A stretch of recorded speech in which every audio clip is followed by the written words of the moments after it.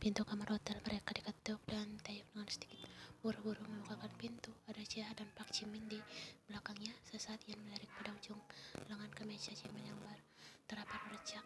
Pada itu hanya nyengir. Maaf Tuan Muda, kami sedikit terlambat. Jia bicara begitu. Mereka sudah kembali duduk di sofa. Jangan memandangku begitu, Lian. Jimin sudah protes bahkan saat aku belum mengucapkan apapun.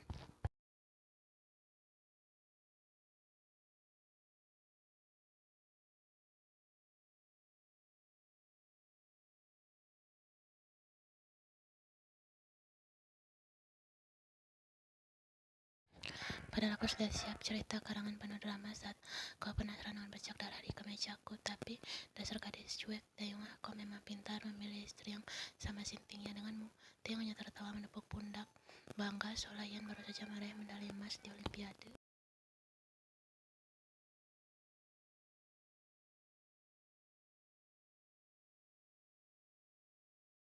Sebenarnya aku cukup heran karena Ian sudah bertemu dengan Bibi Kim tapi masih hidup sampai sekarang.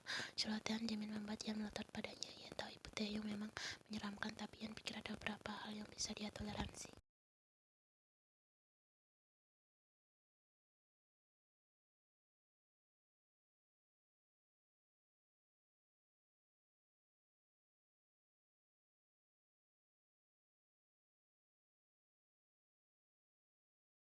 Memang berisik.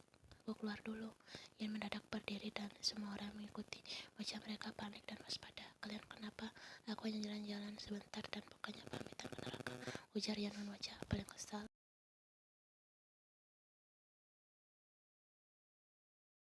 Ian meninggalkan ruangan itu dengan hati marah dan Taeyong dengan setia mengekor di belakangnya seperti anak ayam.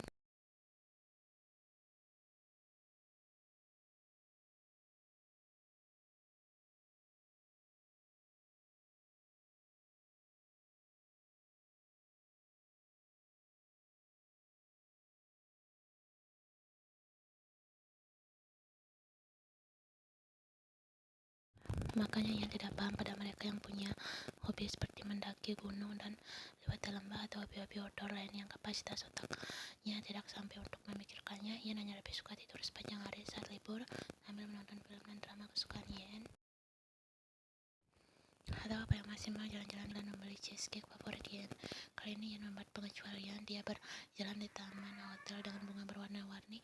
Tentu saja Ian tidak paham jenis-jenis mereka. Yang jelas mereka cukup sedap.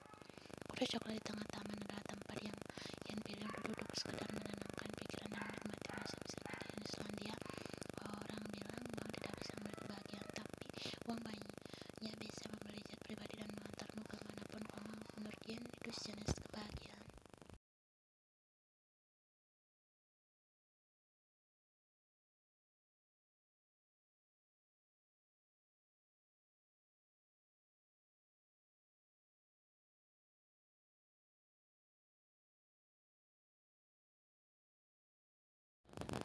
Ian mendengarkan dengan seksama. Lagi pula, Ian selalu menghargai setiap momen di mana Taeyong mau dan suka dalam cerita tanpa Ian minta.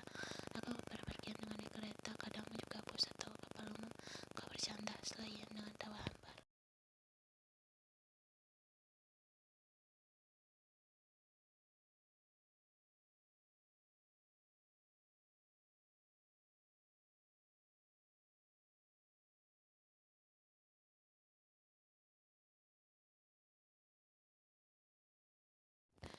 Taeyong menjeda, mereka memandangnya sepasang burung yang tengah asyik bercengkrama.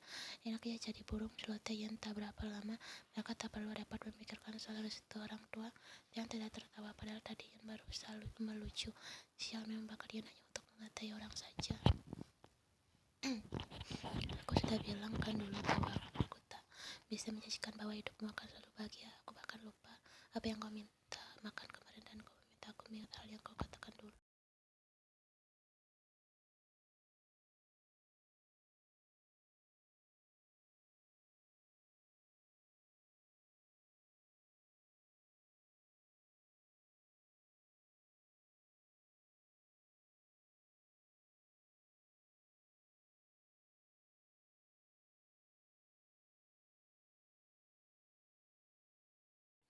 Asal kau tidak lupa bahwa aku suamimu, Lian, ujarnya menyambung kalimat dalam hati setelah dia bisa mendengarnya dengan nyaring. Itu sudah sangat cukup. Ya, aku memang perlu dan butuh banyak, tapi aku tidak akan lupa yang satu itu. Lagi pula aku memang banyak melupakan hal yang menurut memoriku tidak layak diingat. Jadi kau harusnya merasa beruntung karena aku mudah sekali memaafkan hal-hal sepele yang terkadang memicu pertengkaran.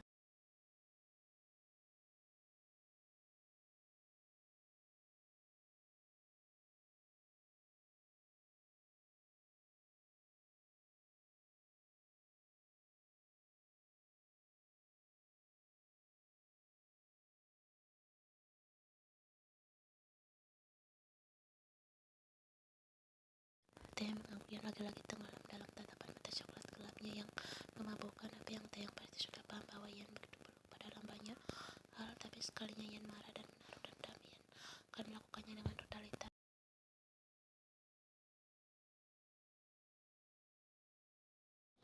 Kau sudah menjawabku dengan baik sejauh ini, Teh yang berujar. Senyuman itu mendadak hilang dari wajahnya. Sekarang biarkan aku melakukan bagianku untuk melindungimu. Kau kan sudah memperkerjakan JL untuk menjagaku. Itu hanya langkah pertama.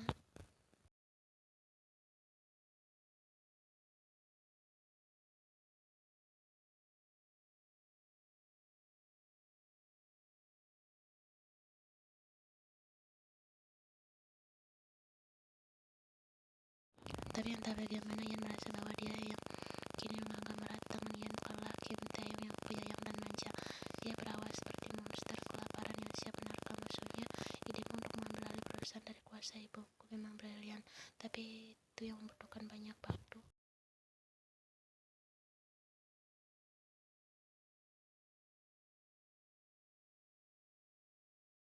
Kita perlu menemui Dewan Komisaris dan pemegang saham, membujuk mereka agar ada di pihak kita. Belum lagi harus mengadakan rapat untuk para pemegang saham. Hierarki perusahaan adalah sesuatu yang teramat kompleks untuk bisa digulingkan.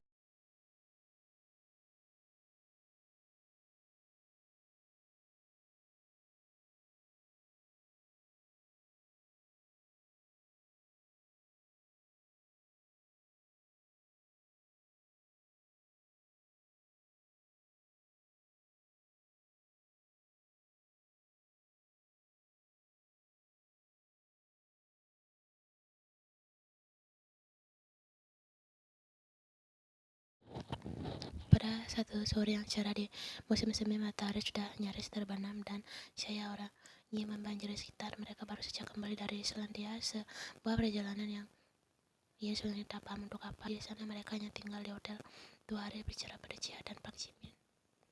Sebaliknya ia tidak menganggap remeh candaan yang soal harta kekayaan, sebab melihat apa yang sudah sering dia lakukan belakangan ini, ia jadi mengerti bahwa dia betul tak tahu harus membelanjakan kemana uangnya, maka sedikit mengamborkannya untuk sesuatu yang remeh seperti perjalanan ke Islandia, dan itu jadi opsi menarik.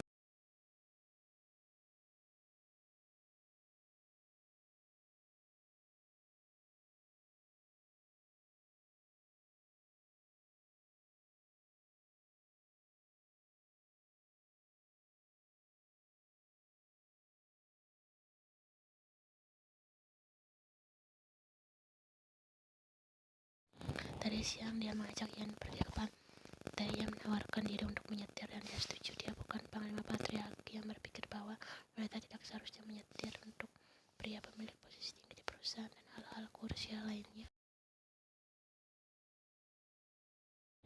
Dia juga pernah mengatakan bahwa tidak masalah jika Ian bergaji lebih tinggi dan dia yang akan mengurus rumah tangga. Ucapan Ian yang memang hanya omong kosong.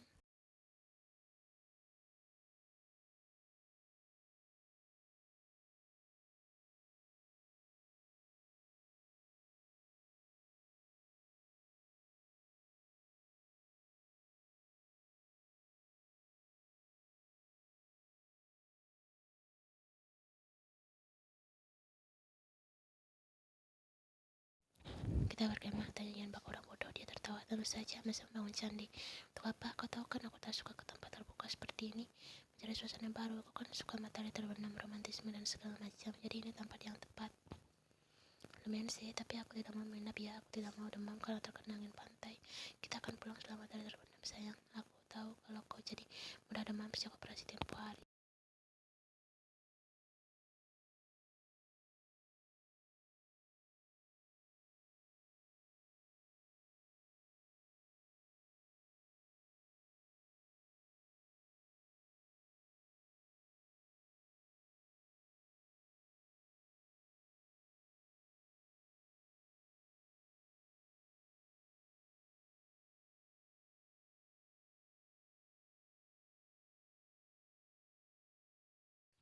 Taeyong berargumen bahwa tidak akan ada siapapun yang melihat kecuali dia, bahwa Ian tidak perlu mengkhawatirkan apapun soal bentuk. Dia bilang akan tetap menyukai Ian walaupun Ian si jelek kodok. Dia betulan merayu yang payah, analoginya betulan buruk. Aku melakukannya bukan demi kau, Taeyong, jawab Ian kemudian dengan jujur. Aku melakukan perawatan menyakitkan, memakai makeup dan pakaian bagus bukan karena demi siapa-siapa, tapi karena aku menyayangi diriku sendiri, bahwa Ian perlu menjaga mereka semua demi kebahagiaanku sendiri.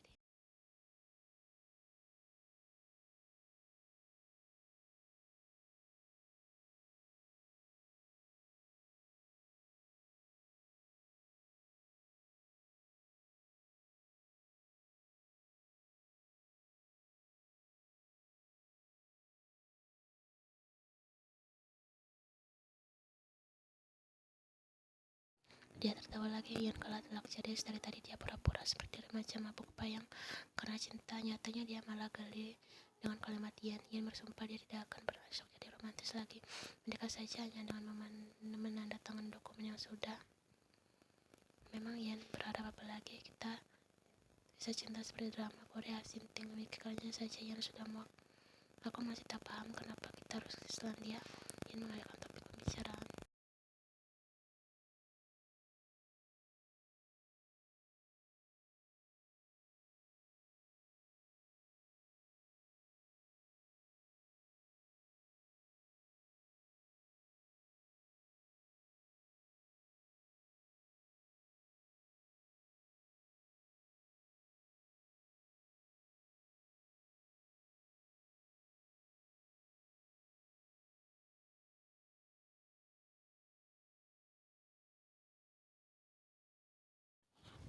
Kau ini sedang pamer atau apa? Ada kamera tersembunyi, Omel Ian menyuarakan isi hati. Aku tahu kau tampan, tapi masa harus mengobrol ketampananmu begini? Kau dibawa cahaya matahari sore ke meja, punggung lebar, jari-jari panjang dan sialan Kim Taeyong. Kau memang aku mati muda. Taeyong tertawa, dia tak berbalik dan mengeratkan pelukan tangan Ian di sekitar pinggangnya. Nikmati saja selagi bisa. Kau kan baiknya bersyukur punya suami seperti aku.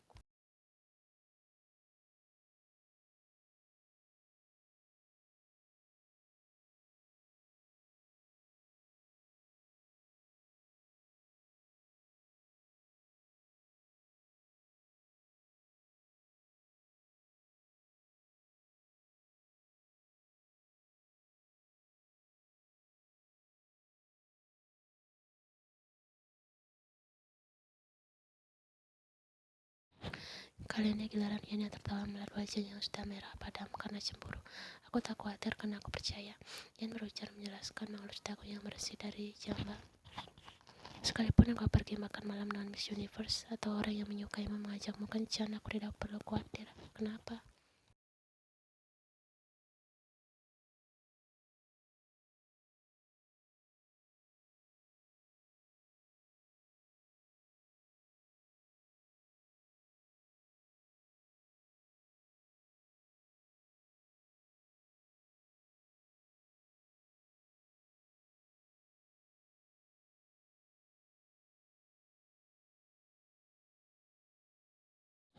Aku sudah mengikatmu seumur hidup, memangnya kemana lagi kau akan pergi? Bahkan di kehidupan selanjutnya, jika kita berkarnasi tepat datang padaku ya, tetap jadi pasanganku. Dan jika aku boleh minta, aku ingin menua bersamamu dan mengatakan terima kasih karena kita sudah bertahan sejauh ini.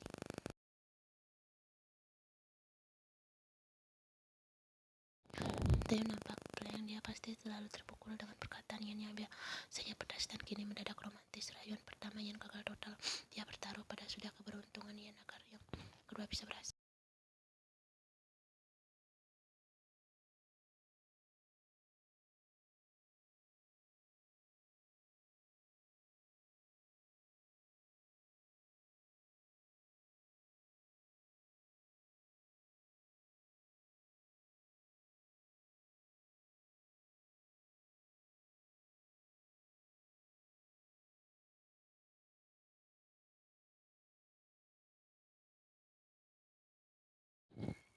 Negosiasi terdengar lebih adil, lagi pula dia betulan suka dengan apa yang aku tawarkan.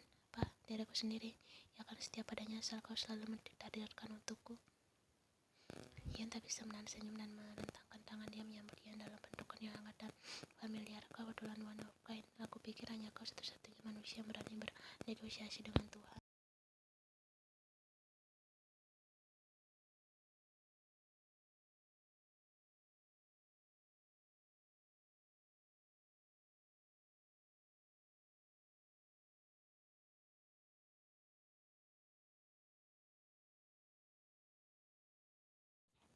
Matahari sudah terbenam, Ian dan Taeyong masih sama-sama malas untuk beranjak.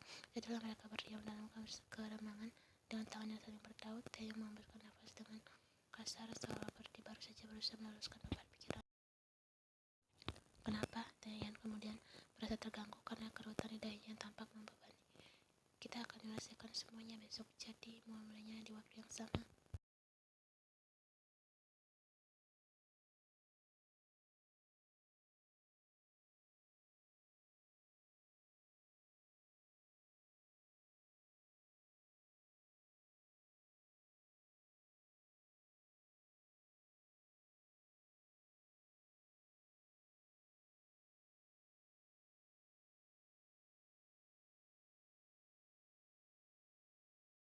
Serius, ibu bilang begitu. Maksudku, dia tidak ada riset atau mengira aku hamil duluan.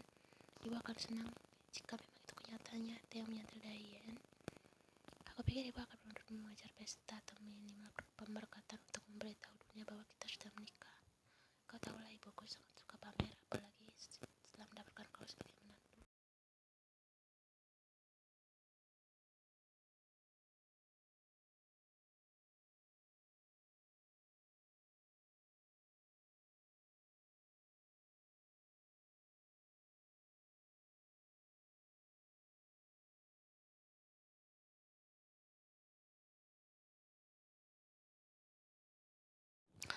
Kau marah karena lapar. Aku pegangkan daging dulu. Taeyong beranjak mengambil pulsa dari saku celananya dan membuat panggilan singkat. Tak lama, dua orang berpakaian siap datang. Keduanya segera menyiapkan masakan tanpa banyak bicara. Kenapa? Tanya Taeyong setelah dia menyadari